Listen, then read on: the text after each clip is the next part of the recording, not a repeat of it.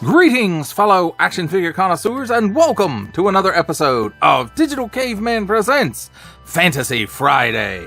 I, as always, am your host, the Digital Caveman, and today I will be presenting you with the Four Horsemen Studios Mythic Legions Sir Ucczajk. Let's get into it!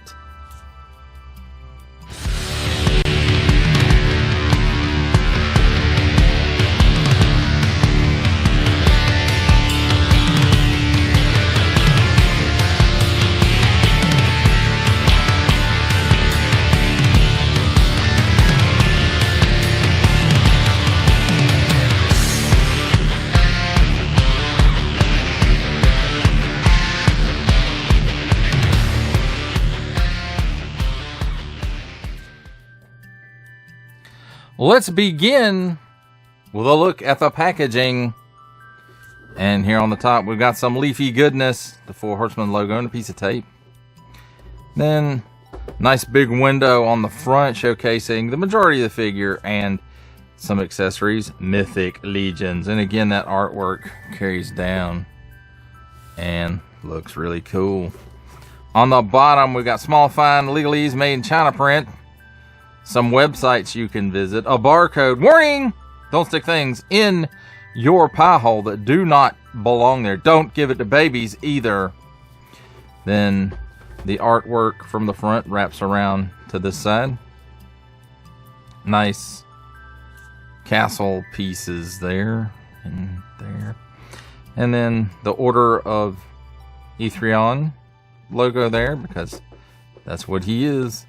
And then the White City. Or is that a different?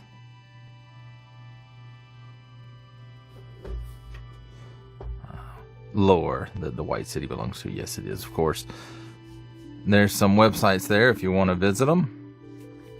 And they show up several times in the packaging. And there it says Sir Ucczajk. And I probably mispronounced that, but I looked on the website where they have pronunciations and his name is not on there yet. So there's his bio if you want to read all that. You can pause it right here and do so. And moving right along to the back, some nice artwork of the character along with the cross sale of Necronominus and one of his evil sons, Burdock, I think is his name is. I don't know. Something like that. Starts with a B. And he's a big dude like this guy. And then here's some more words. If you want to read them, please feel free to pause it right here and do so. And there's some other stuff you can read if you want to pause it right here and read all that. The credits for the packaging and what's inside. So there you have it, my friends. A look at the packaging. Let's take a look at the figure and his accessories. And all of this is big stuff. So I don't think we're really going to need the old handy dandy tweezers here. So there they are off to the side. And you know what? I just told a lie because we'll use them to take a look at the extra head. And if you've ever wondered what a giant ogre head skull looks like, well, here you go. No articulation in the jaw, and that's fine, I guess. You know, there's a lot of skeletons in this line that don't have that point of articulation. And you can see nice molded details throughout it. It does have a nice wash on it to help all the little pitting and lines and irregularities stand out on this mold. And very cool, very cool. I like it. Now next up we have the handles for his hammer, and he can either have a short one and that piece pulls off, and I thought maybe the two posts would connect together to make an even longer handle, but apparently that's not the case. So it's got a post on this end, a post on this end, you know, and then this piece fits on there with the port. So, you know, neat little piece, and it does have lots of nice molded details in it. It looks like it has a nice silver paint app all over it, and then it's got these paint apps here, and just pretty cool looking. Little short for the hammer, but we'll get to that in a minute. And then here we have the longer one, which is pretty much like two of these put together almost. So would have been cool if you could make it even, you know, 3 wide.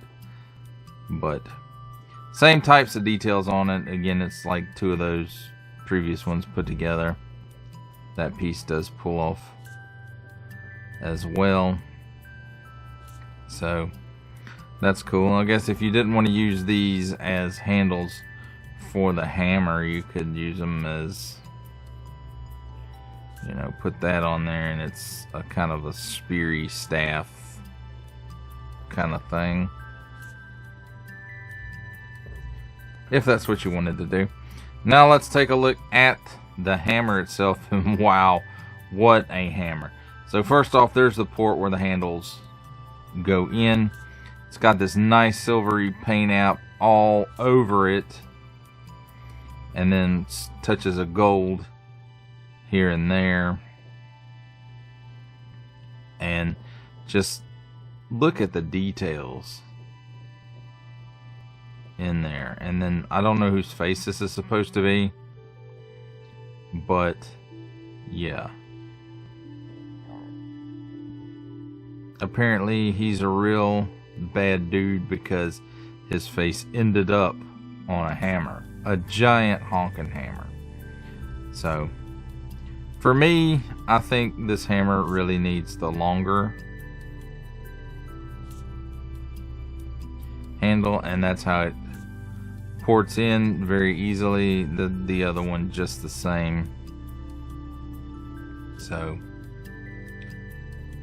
there's that. Wow. I mean, I don't know what else to say about that, but wow, it's huge. It's highly detailed. So here we have Ucczajk, something like that. The pronunciation was not on the website, so I'm not 100% sure how to say it, but we'll raise the camera up a little bit and a little bit more to kind of get a look at it. So he's all armored up, and you know, the faceplate doesn't open or anything like that, so you can't see his giant ogre head in there. But I want to say it's molded in like a silver plastic, but yeah, I really think that's what it is. It makes sense for that, but it's a very good silvery plastic, because it doesn't have any of the swirly twirlies like we normally see in some of the other lines. But just the deco on this, like this back here behind the helmet, the gold and the blues on the helmet, at least I think it's blue. I'm colorblind, I'll make fun of handicapped people. And just the details on this Divinus Imperium, so Divine Empire, I'm guessing is what that means. It's got some chainmail detail in here on the arms. Now these pieces are kind of loose. They're just an overlay that slides up on the arm. These pieces are cool. This is a separate piece as well. You pop the head off. You can take this off if you don't want this on. But, you know, I think that just adds to the glorious look of this guy. And then he's got all these blues and golds, the silvery whites, and the gold here, and the rivets, and paint apps for the belts and the buckles and the bits and the bobs, and just gold trim throughout this guy. Got his crotch mail, I guess is what you call that. And there's a soft goods piece behind that, and it is wired, so There is that, and it's a nice thick double plied piece, and it's really very quality in looks and feel, at least to me. Your mileage of course may vary, and again you get more of that silvery white plastic with the gold highlights and the buckles and straps just throughout it. And he's got the, you know, the monster feet, armor feet. And then let's take a look on the back here. And again, like all this gold and blues, and to me they just look, oh, he's got a wedgie. Let's fix that. So there we go. And again, very nice wired soft goods. I mean, this is a piece you would think wouldn't need to be wired, but they did, and I'm glad they did, because it gives it an extra bit of posability. So just like always, you know, all the deco and the sculpted detail on these guys, I'm blown away by it. Now this is where the shoulder armor pieces, there's two ports, a port here and here, and this is where these bits were in the packaging, so I'm assuming that that's where they go, but they're also these ports, and I don't know what maybe those are for. Maybe these go up here, maybe there's some wings that go in here at some point. I'm not 100% sure, but it seems like they fit better here, but it does hinder the articulation a bit at that point. So I may be wrong, and they may go up here. So wow. And again, this, he looks fantastic. And I know I always say that about Mythic Legions. You guys are probably getting tired of hearing me say how fantastic these figures are, and you're like, I'm not gonna buy any of those. Don't. If you don't want to get hooked on buying these guys, don't buy any of them. But if you're interested, go buy some and you'll be hooked. So he doesn't look up that much, and I'm thinking it's just a straight, you know, the neck with the ball on it like they normally do. Although they're starting to sneak in some hinging balls in there. He looks down that far. No chicken neck. He does have some waggle. Look at that. Now, let's see. Can he do the full exorcist? Not with this piece on. He can't. But otherwise, he would be able to. So, very, very, you know, limited, I guess, in the articulation department on the head with this piece on. You take that off and, you know, he does all the stuff that Mythics normally do. Now at the shoulder, let's go ahead and we'll just pop that off. So he can do a 360 degree rotation there. He can lift his arm up that high. Nothing in the bicep. Single hinge and swivel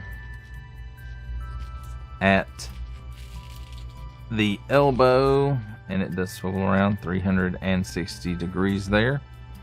It does give you that much bend, not quite 90, in fact pretty far off from 90.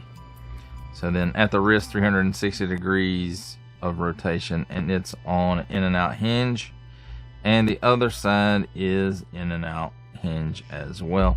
Nothing in the torso. You get to the waist and there's a half dumbbell or ball joint, whatever you want to call it, in there. So it gives him hula. He can lean left and right. He can lean, let me get the legs straightened up. He leans back that far, which, you know, isn't a lot, but he's a really big dude in armor. He leans forward much, much better. So let's try back again. Okay, there we go. A little bit better on the back. I don't know, it was like jammed up or something. Now this piece is an overlay. This crotch piece here is removable. If you pop him apart, the soft goods are removable. He's got these flaps that are pretty soft and get out of the way. And speaking of getting out of the way, let's see. He gives you that much of the splits. And these pieces do get out of the way fairly easily. He can kick forward only that far. And there's no hindering from the overlays or anything there. That's just how the mold does. And then back, not even a half of his own foot. So let's see, is there a twist in here? Seems like there's a bit of a twist right here where the leg piece goes into the armor. Works a little, it's a little looser on this side. I don't know what's up with that.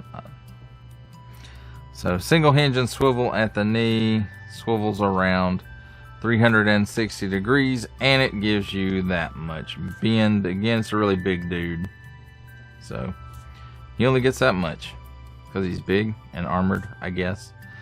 That's pretty standard though for this line. Some of them go do a little bit better, but and then at the ankle, tilts down that far, tilts up that far.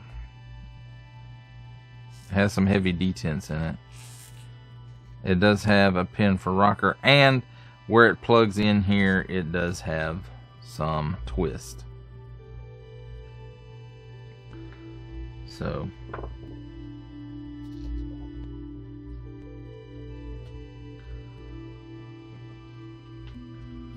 as far as storage of stuff, he just holds it in his hands.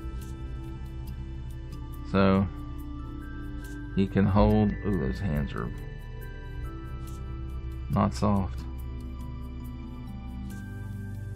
Ooh, it might take me a minute to get that in there, so we just won't do that at this time. So there you have it, my friends.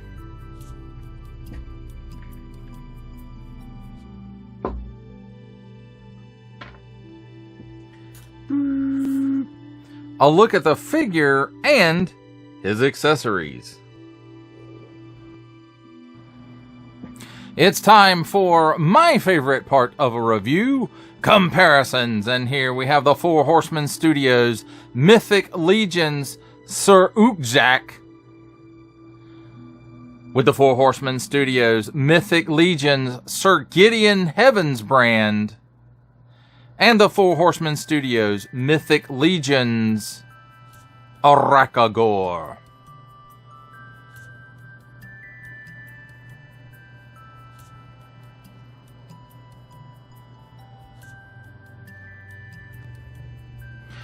For our last set of comparisons, here we have all the way in the back, the Four Horsemen Studios Mythic Legions Ogre Scale Ucczajk, which I probably mispronounced, with from the Marvel Legends series making his cameo appearance, Stan the Man Lee. From G.I. Joe Classified series, the Hasbro Pulse exclusive Regal variant Cobra Commander. From Star Wars The Black series, the Archive Edition 501st Legion Clone Trooper.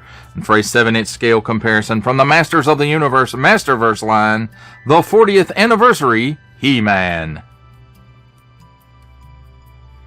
For final thoughts on the Four Horsemen Studios Mythic Legions Sir Ucczajk, which I'm probably mispronouncing, I have to say it's a pretty cool big figure with great looking color and deco on it. And when I say color, I like the colors that they chose for this guy. And when I say the deco, I'm talking about the actual paint decos and how they work together and stuff. So very, very good. I like it. That hammer is friggin' insane. And just wow. I mean, the sculpted detail on this entire set is great. Now I figured out, I think, what to do with those extra ports on his back, that when you take this chest piece come off with the wings and the Divine Empire thing, when you pull that off, you move the shoulder armor up to the hole that's empty now, And then when you're using that piece, you put it in the ports that I have it in currently. So that's cool that they do it like that. Now I will say the shoulder armor, and that can be on any Mythic Legions figure. You know, it does hamper sometimes the articulation or the range of movement. Not the points of articulation, but the range of motion on it. And there is that. The fact that his little loincloth piece, you know, that they put that on there, and the blues and golds of it, at least I think it's blue. It looks blue to me. I'm colorblind. I don't make fun of handicapped people. You know, and just that small piece, and they wired it, is, I think, it's great. I won't say it's incredible. I almost said that, but I won't say that. But it is great. And this is a great looking figure.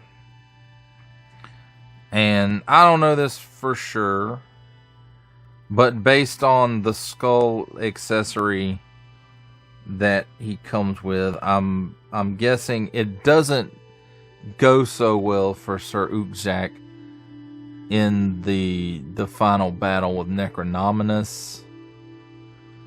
That's just what I'm guessing, though. It looks like maybe, you know, Necronominus, you know, somehow he gets turned to Necronominus' side during the battle, or whatever the lore may be. I don't know. I don't know that there's any lore to speak of on that final battle with Necronominus, or the Dread Four, whatever they're calling them, the four evil guys. Well, they're not all guys, but anyway, I really like this guy. He is a big honking figure. You know, he's big, right up there with a Rakagor. I don't think this is as good of a figure as a Rakagor. And that's not to take anything away from this figure. Rakagor is just, you know, he's one of my top figures that I've ever owned. And I still love that. If I were to do a top 10 Mythic Legions, he would probably be number 1. And, you know, again, this is all based on my opinion. Your mileage, of course, may vary, and that's fine. We can agree to disagree, I suppose. But, you know, I like this guy for what he is. Now, the Order of Etherion has their own tank, so to speak. And, you know, I'm glad of that. You know, everybody needs a tank in their ranks. And this guy looks like he could just go into swinging that hammer and just knock skeletons all over the place. But, you know, that's my final thoughts on it. You know, it looks great. He's big, and that hammer is fantastic. Well, that does it for the review. I hope you enjoyed it. I enjoyed making it. Only support from viewers like you make this programming possible. Each view does count, and I do appreciate each and every single view I receive. Thank you, and thank you so very, very much for supporting this channel through viewing. If you are interested in supporting my channel further, I am now offering memberships at various tiers. Click the join button on my YouTube page, or check this video's description for the link and see if any membership offers are right for you, but only if you are in a position to do so. Comment below, like, share, subscribe if you would like to see more content or just help the channel grow, or both. That's even better. And don't forget to ding that bell so that in the future you will be notified as my new content becomes available. That's a wrap, folks. I'll see you next time.